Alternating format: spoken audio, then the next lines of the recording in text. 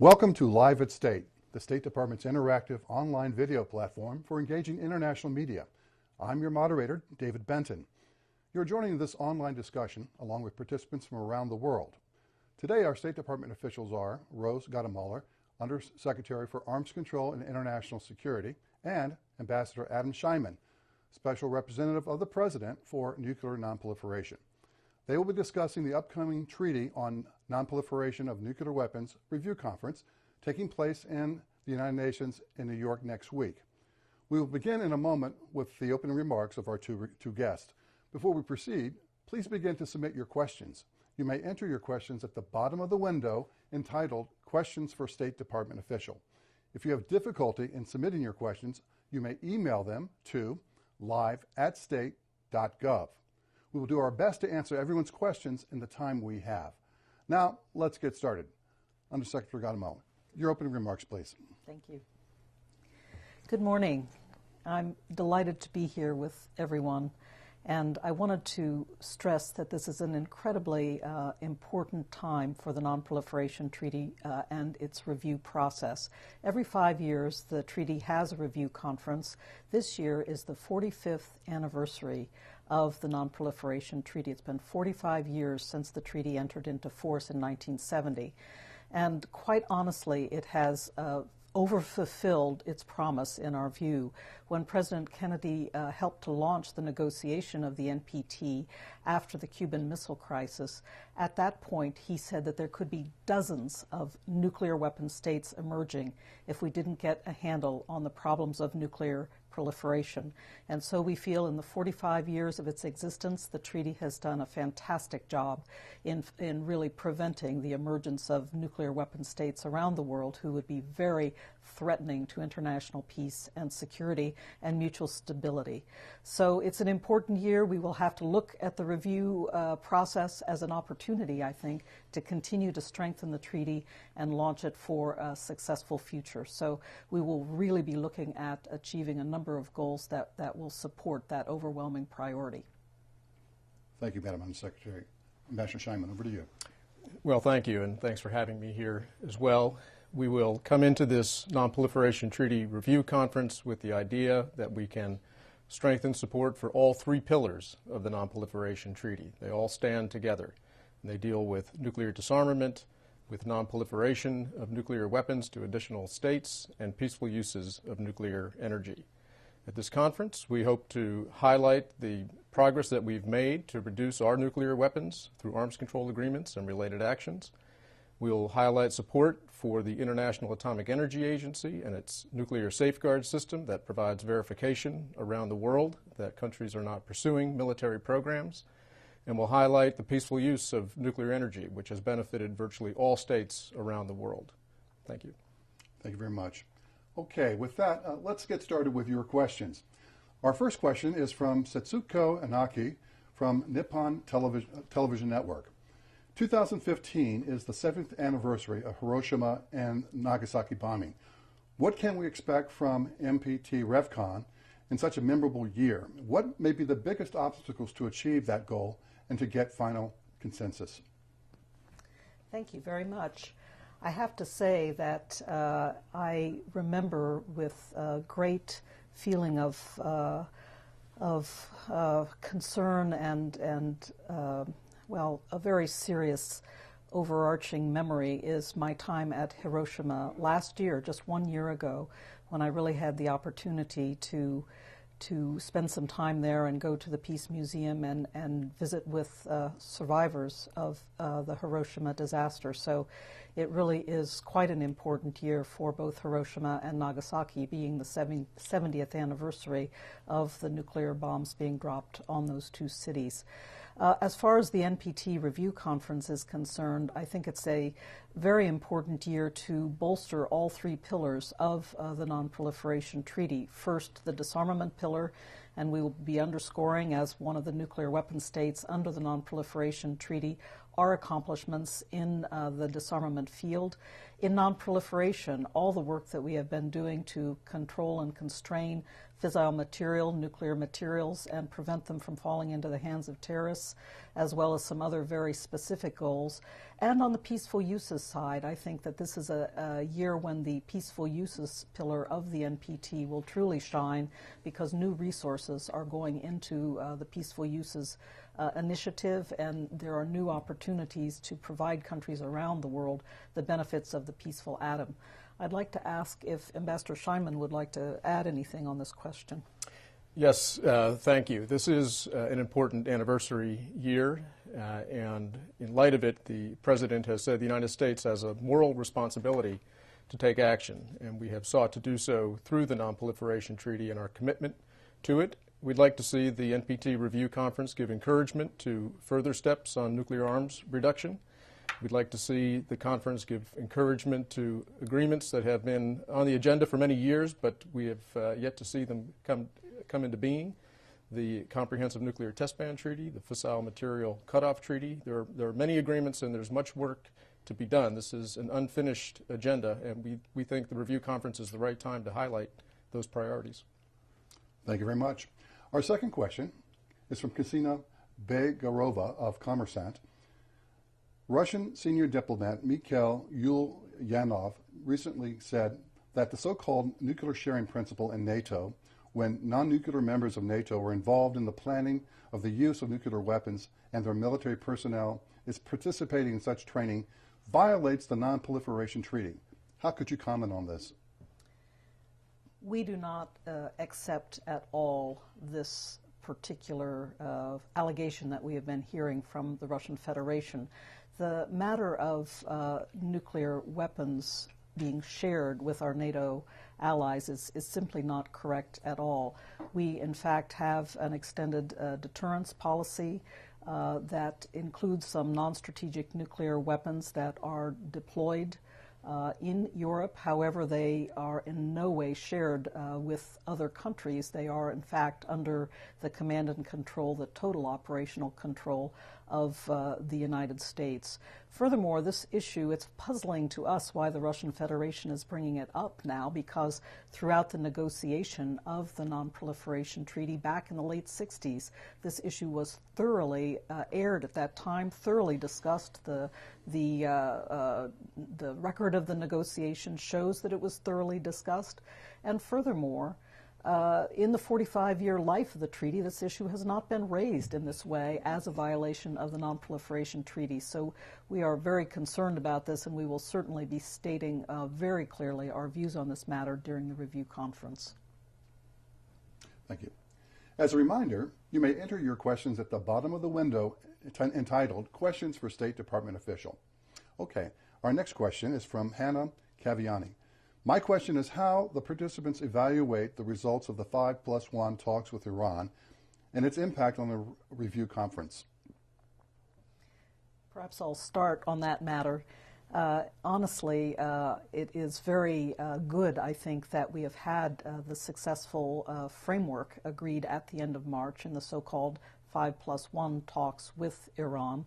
The goal of these negotiations from the very outset was to see possibilities and opportunities for Iran to come back into compliance with its commitments as a non-nuclear weapon state under the Non-Proliferation Treaty. So there's a direct link between the Non-Proliferation Treaty and the 5+1 negotiations. So we see the NPT Review Conference as a kind of welcome opportunity to reflect on success so far. Clearly there is still the necessity of completing the technical aspects of those negotiations by the end of June, but I think that it is a very good thing that we have the framework so far. The negotiations have been proceeding in a business-like and so far productive way, and the link to the NPT as a whole is very clear and important in this regard. Yeah, I might add that I think the framework agreement, well, more work has to be done. The fact that we've come this far will be seen in a very, very positive light by all Non-Proliferation Treaty states parties. This is an example that diplomacy succeeds and can be used to solve very serious challenges to the treaty. And given that we're operating in a fairly complex and difficult strategic environment currently, the fact that we have some good news to present, I think, will be seen as very much as a positive. Thank you. Our next question is from Setsuko Anaki, Nippon Television Network. If member states cannot agree on the final document, what negative impact will it have on the NPT regime? Sure, I'd be happy to start. Our goal heading into the conference is to achieve a consensus, an agreed outcome.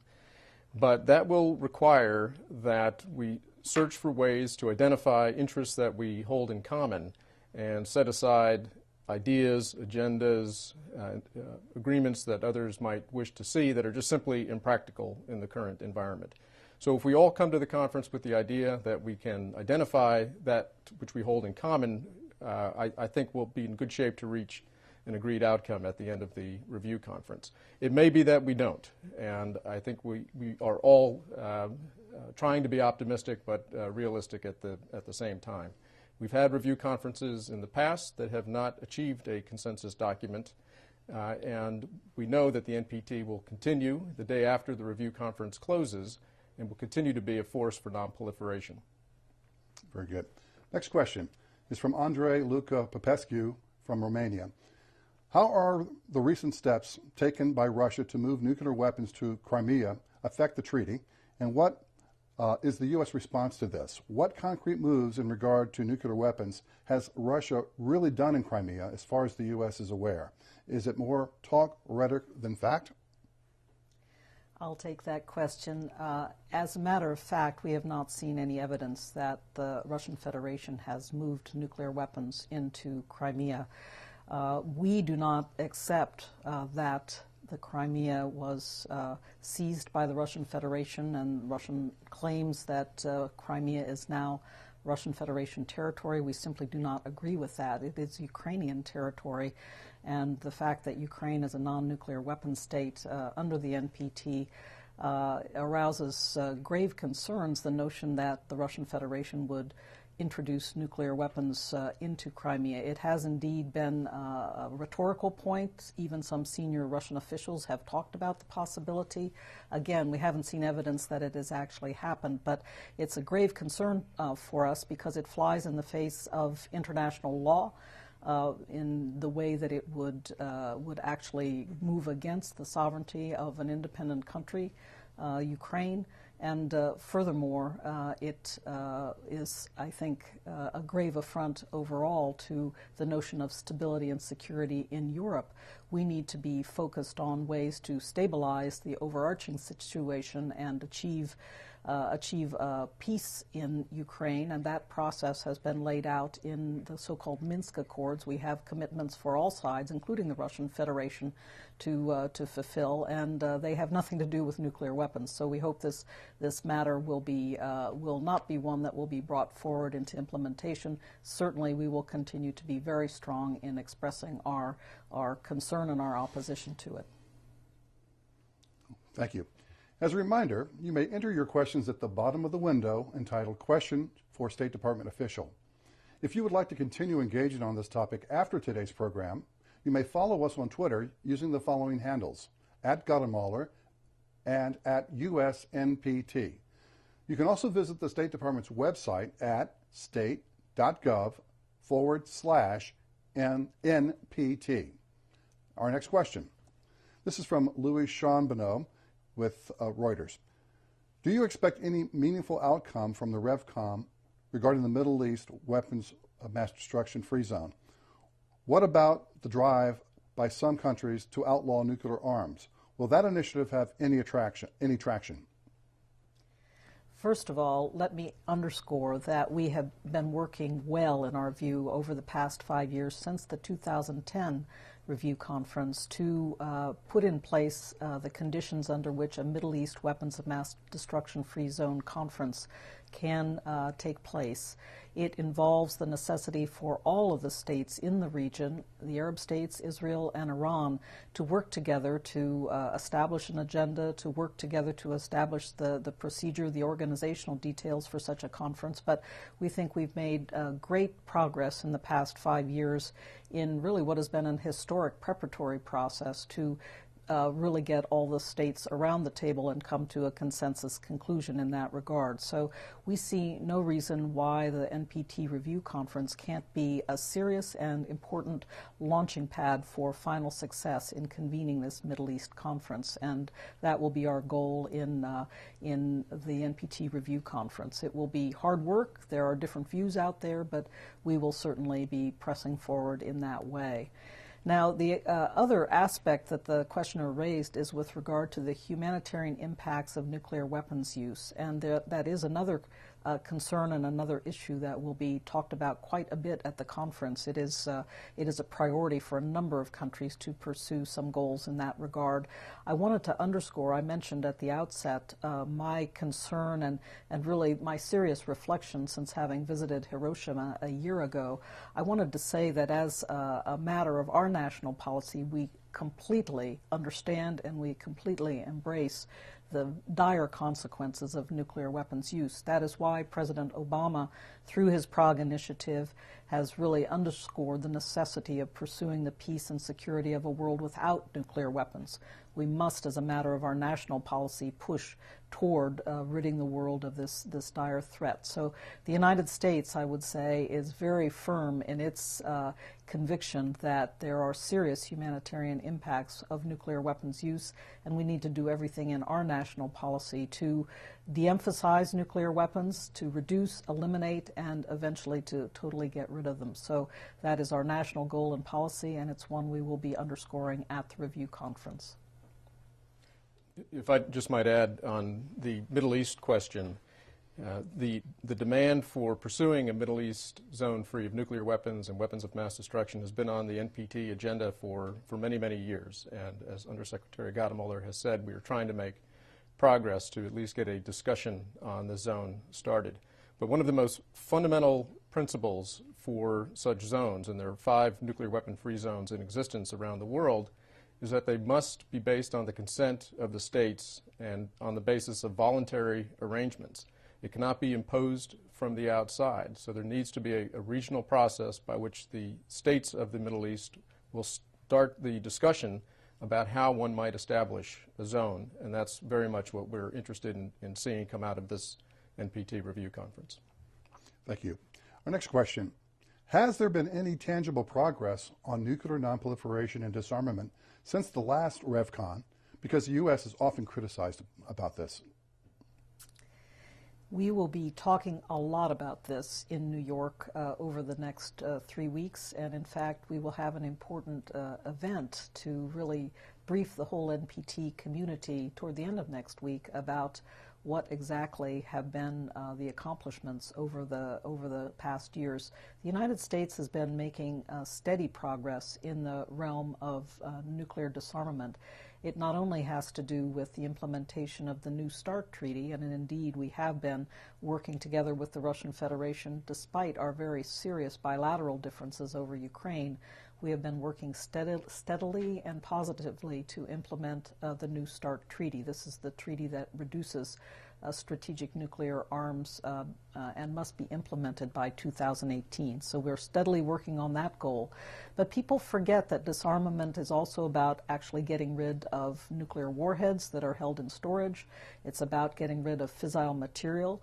It's about shrinking the size of the nuclear weapons complex, getting rid of facilities that are unneeded, that have been around too long and are no longer supporting and needed to support a nuclear weapons complex. So we are doing a lot in all 4 of those areas: implementing New START, reducing and eliminating warheads, eliminating, disposing of fissile material, and also shrinking very radically the size of our nuclear weapons complex in order, frankly, to be able to support a smaller stockpile over time. So I think it's important as we go into the NPT Review Conference to focus on all of those aspects, the full spectrum of of accomplishment in the realm of disarmament, and we will be definitely doing that throughout the Non-Proliferation Treaty Review. Thank you. Our next question is from Ms. Begorova from Kommersant. Will the United States raise the question of the observance by Russia of the Budapest Memorandum, which provides guarantees of Ukraine's sovereignty in exchange for its renunciation of nuclear weapons? Do you consider, at least theoretically, the possibility that Ukraine could become a nuclear state? The whole goal of the Budapest Memorandum, which was negotiated in the early 1990s, in 1993 and 1994, and I was very much myself personally involved in the negotiation of the Budapest Memorandum, it was to establish the nuclear weapon states who are depositaries of the NPT, the Non-Proliferation Treaty, give them some special responsibilities to assure Ukraine that its very positive decision to get rid of the nuclear weapons left on its territory at the breakup of the Soviet Union, that their security will continue to be assured. And so those three states, the depositary states, are the United States, the Russian Federation, and the United Kingdom. And all three of those states joined in signing the Budapest Memorandum. By the way, it was afterwards joined by France and China as well, giving assurances. So there has been a very wide-ranging commitment among the nuclear weapon states to assure that Ukraine's heroic decision to give up nuclear weapons in the 1993-1994 time period really meant that it was not in any way losing out on its own security. That's why we have been so concerned that the Russian Federation has not been acknowledging its responsibilities under the Budapest Memorandum. In fact, has been ignoring them in this period since it violated Ukraine's sovereignty and territorial integrity. I think it's inevitable this issue is going to come up during the review conference. I think it clearly has been repeatedly raised by any number of states, including the United States. I expect we will hear from Ukraine about it at the NPT review conference. So I think it will definitely be a topic of discussion. But if I may end, I wanted to really underscore and stress this point in conclusion, and that is that Ukraine made a very positive, heroic decision to become a non-nuclear weapon state under the NPT. It has been, as a result, a real standard bearer for the non-proliferation treaty regime. And in fact, I ascribe much of the success we have had in the disarmament arena over the past 20 years to the fact that not only Ukraine, but also Kazakhstan and Belarus made this heroic decision back in the early 1990s. The disarmament progress, such as the New START Treaty, I think are only due to the fact, and they're only been made possible, they have only been made possible by the fact that Ukraine, Kazakhstan, and Belarus did proceed with this important decision back in the early 1990s. So I consider Ukraine to be a real hero of the non-proliferation regime and the non-proliferation treaty. Thank you. Here's our next question. The third pillar of the NPT is on the peaceful uses of nuclear technology. Can you tell us a little more about what the U.S. is doing to support that pillar? Yeah, no, I'm happy to address that question because I think it is very important. The NPT and the process around it tends to focus almost exclusively on issues relating to nuclear disarmament and perhaps regional nuclear weapon-free zones, and we don't give enough attention, we feel, to the other pillar, which is promoting the peaceful use of nuclear energy for states that abide by their non-proliferation obligations. The United States has been the strongest supporter for peaceful uses around the world. We spend by far more money than anyone else in support of IAEA, this is the International Atomic Energy Agency, technical assistance programs. We fund at least a quarter of the world's budget that goes toward these activities. This is a budget that over the last 20 years has, I think it's been about $2 billion worth of assistance provided around the world for peaceful uses, not just for nuclear power as an energy source, but for developmental assistance in the third world. The use of nuclear techniques to monitor disease, including the Ebola outbreak in Western Africa. It provides cancer therapy treatment options. It provides for agricultural and food security support. So we think this is very important. Many NPT parties benefit from this set of activities, and we'll certainly make it a featured element at the review conference. Thank you, sir. Our next question. Leaders from across the globe have worked to create regional nuclear weapons-free zones, including nuclear weapon-free zones in Latin America, the South Pacific, Africa, Central Asia, and Southeast Asia. What has the U.S. done to encourage these zones, and what is the U.S. policy towards them? I'll begin on this question. We have been very impressed over the years at the ability of regional parties, regional countries, to get together and to negotiate nuclear weapons-free zones. The most recent one was the Central Asian nuclear weapons-free zone, which was just agreed last year, and now we are moving forward. All of the states who are involved as nuclear weapon states, that is UK, France, China, Russia, and the United States, we're all moving forward now with processes to ratify the protocol to such treaties, which shows our really unequivocal support for these important efforts. We will continue to support them. I want to stress, however, that it is so important that it is the regional parties, the regional countries, who get together and negotiate together to agree on these important treaties. So we support them as a matter of our national policy, but I have to say that it's the regional countries who do the heavy lifting to put these treaties together. Ambassador Scheinman might like to add something on this. Yeah, if I could just mention the treaties. There are 5 in existence around the world, the one in Latin America and 4 others.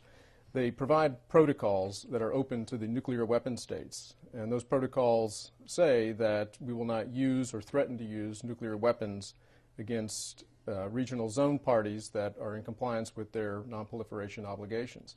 And we think that these countries have a legitimate interest in securing such assurances as long as they're meeting their non-proliferation obligations. And that is why we have increased the level of attention and support given by the Obama administration to these regional zones. We think they're very important complements to the global nuclear non-proliferation treaty, but they're equally important to the regions that live with these zone treaties. Thank you, sir. Our next question is from Dmitry Zlodevev from RIA Novosti. Russian Foreign Minister Sergei Lavrov today said that the U.S. violates NPT by locating tactical nuclear weapons in Europe. Can you comment on that? Yes, I can comment on it, and I will comment on it. The Non-Proliferation Treaty process has been in place now for years. Throughout the life of the Non-Proliferation Treaty, and including during the period when it was being negotiated in the late 1960s, this issue of the nuclear weapons that the United States deploys as part of our extended deterrence commitment to our NATO allies, that these would be a violation of the Non-Proliferation Treaty. Never did the Soviet Union mention this as a matter of violation of the treaty, nor has the Russian Federation up to this moment. So we are rather puzzled as to why all of a sudden this issue has emerged. Certainly it was discussed during the negotiation of the Non-Proliferation Treaty back in the late 1960s. The record clearly shows that the United States conveyed at the time that these weapons are not somehow shared with our NATO allies, but in fact they remain under the operational control of the United States of America, the command and control of the United States. There is absolutely no violation of the non-nuclear weapon state commitments of the states parties, the territory on which such weapons are located. So it's a very puzzling issue, I have to say, that it has come up at this point. But we will be very clear and unequivocal in talking about both the record of the negotiations, the record of the treaty implementation itself, and our puzzlement as to why this issue is coming up at this time. Very good. Thank you. Our next question is from Ariana King. She's with Nikkei Shinbun. On the third pillar, peaceful uses of nuclear technology, has the nuclear energy backlash following the 2011 Fukushima nuclear disaster impacted the workings of this third committee? It's a good question. I think the greatest impacts are perhaps within Japan as opposed to the global interest in pursuing nuclear energy as a power source or as a source for sustainable development. We see that there continues to be great interest around the world in pursuing peaceful nuclear energy, and it's a pillar of the NPT that we firmly support. We support it through resources, financing, in-kind assistance, training. We're building capacity all around the world to ensure that countries that have access to nuclear energy do so and use it in a safe and secure manner. Thank you. As a reminder, you may enter your questions at the bottom of the window entitled Questions for State Department Officials. Okay, on to our next question. What are the current obstacles in moving beyond the last nuclear arms reduction treaty, the New START treaty, in discussions with the Russians? We completed the so-called New START treaty in April of 2010. It was ratified by the U.S. President with the advice and consent of the Senate later that year. In December of 2010, Russian Duma and Federation Council followed shortly thereafter, and the treaty entered into force in February of 2011. Treaty's moving forward very well in its implementation, despite, I would say, a black period in the U.S. and Russian relationship bilaterally over Ukraine. Nevertheless, in this important area of nuclear arms reduction, we continue to move forward smoothly and very well in our implementation. But the Obama administration was always very clear, and President Obama stated in Prague in April of 2009 that we need to continue moving forward to achieve further reductions. We need to move forward achieving in the end the peace and security of a world without nuclear weapons. So in June of 2013, the President put another arms reduction proposal on the table in a speech in Berlin, and he said that we should pursue further reductions in operationally deployed warheads below the levels to be achieved in New START. So in New START, by the time we get to full implementation in 2018, we will be down to the level of 1,550 deployed warheads. So if the President's proposal is carried through, and up to 1/3 reduction would take us down close to around 1,000 deployed nuclear warheads. These are big reductions from where we started when the first START treaty entered into force in 1994. At that time, the United States and the Russian Federation each deployed about 12,000 nuclear warheads. So it's a big drop in that time, and the President wants to continue to press forward with those goals. At the current time, however, I've got to say we don't have a willing partner. The Russian Federation has said it's not willing to proceed with further reductions. We do think, however, that this deal is a good one for both the United States of America and the Russian Federation, in addition to being good for international peace and security. So we do hope the Russians will be willing to pick up the Berlin proposal off the table and get on with negotiating it. Okay, very good. Our next question is from Chase Winter, Sputnik News. As the international community is making a deal with Iran and the Non-Proliferation Treaty sets out the goal of a nuclear-free Middle East, it brings up the question of Israel's possessions of nuclear weapons. How does the U.S. explain opposition to nuclear weapons in the Middle East while U.S. ally Israel possesses nuclear weapons? How would you explain what many view as hypocrisy? Is Israel's possession of nuclear weapons an issue in negotiations with Iran?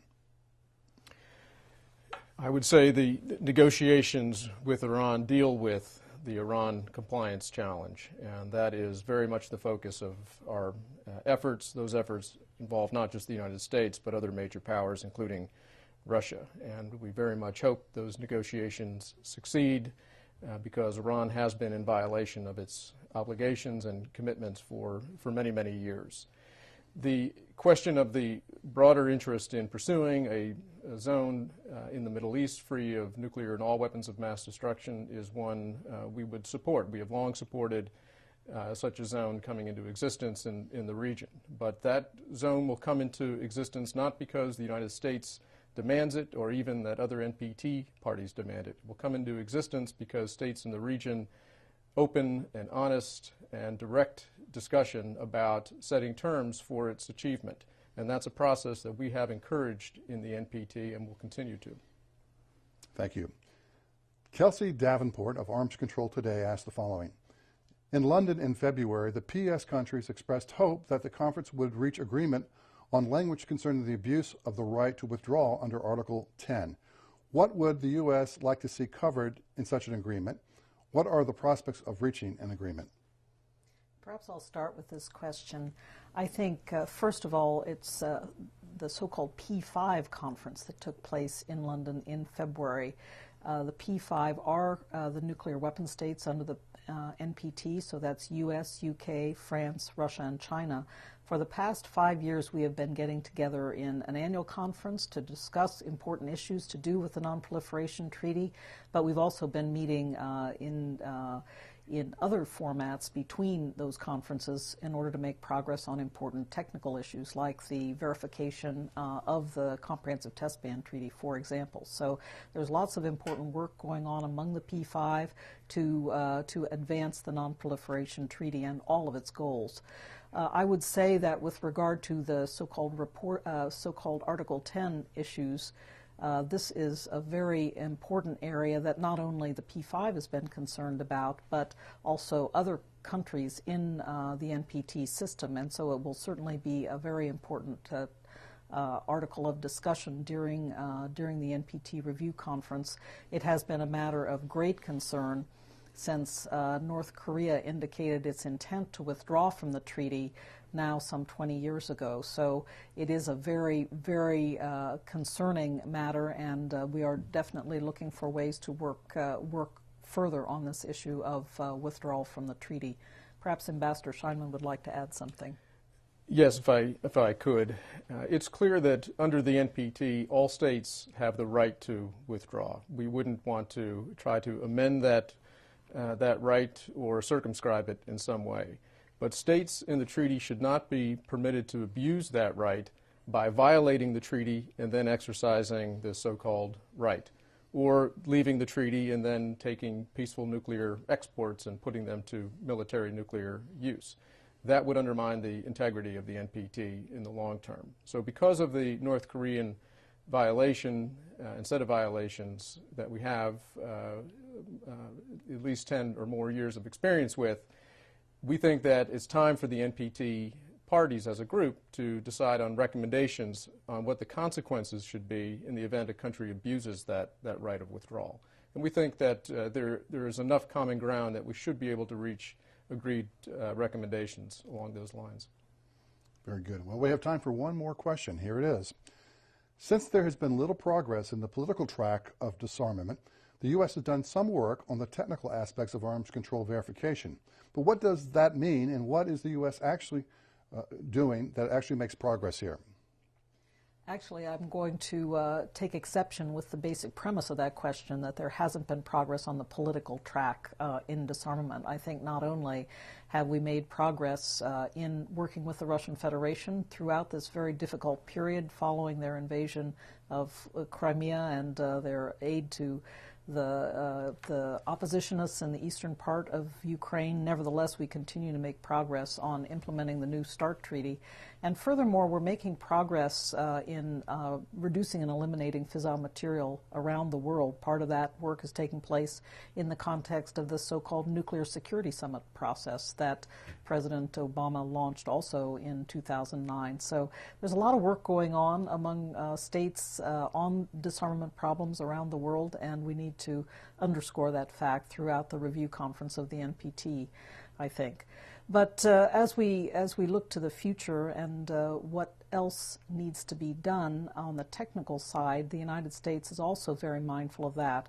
As we move forward with nuclear disarmament, we're going to have to begin to account for and monitor and verify smaller and smaller units of account, especially very, very sensitive items such as nuclear warheads, and that is going to require some very delicate and sensitive methods and also technologies for verification. So a short time ago, the United States launched a new initiative. I, in fact, announced it in Prague last December, a new initiative on disarmament and nonproliferation verification. Countries around the world, both nuclear and non-nuclear weapon states, are joining together to tackle this challenge of monitoring and verifying sensitive objects of very small size. And I think this will be very important as we work together to achieve the goal of zero nuclear weapons, because as we have fewer and fewer nuclear weapons in the world, monitoring and verifying every one of them will get to be more and more important. So it's a very, very worthy goal, and I'd like to say that the United States is tackling both the political aspects of the disarmament challenge and also the technical aspects of the disarmament challenge. But we've got some great partners around the world who are helping us to do so. Thank you very much. Well, that's all the time we have for today. Undersecretary Gottemoeller, Ambassador Shyman, thank you very much for your participation today. And thank you for being with us. We'll be emailing you audio and video files as well as a transcript of today's program. Again, if you would like to continue engaging on this topic after today's program, you may follow us on Twitter using the following handles, @Gottemoeller and @USNPT. Thank you for participating in the Live at State program today. Have a good day.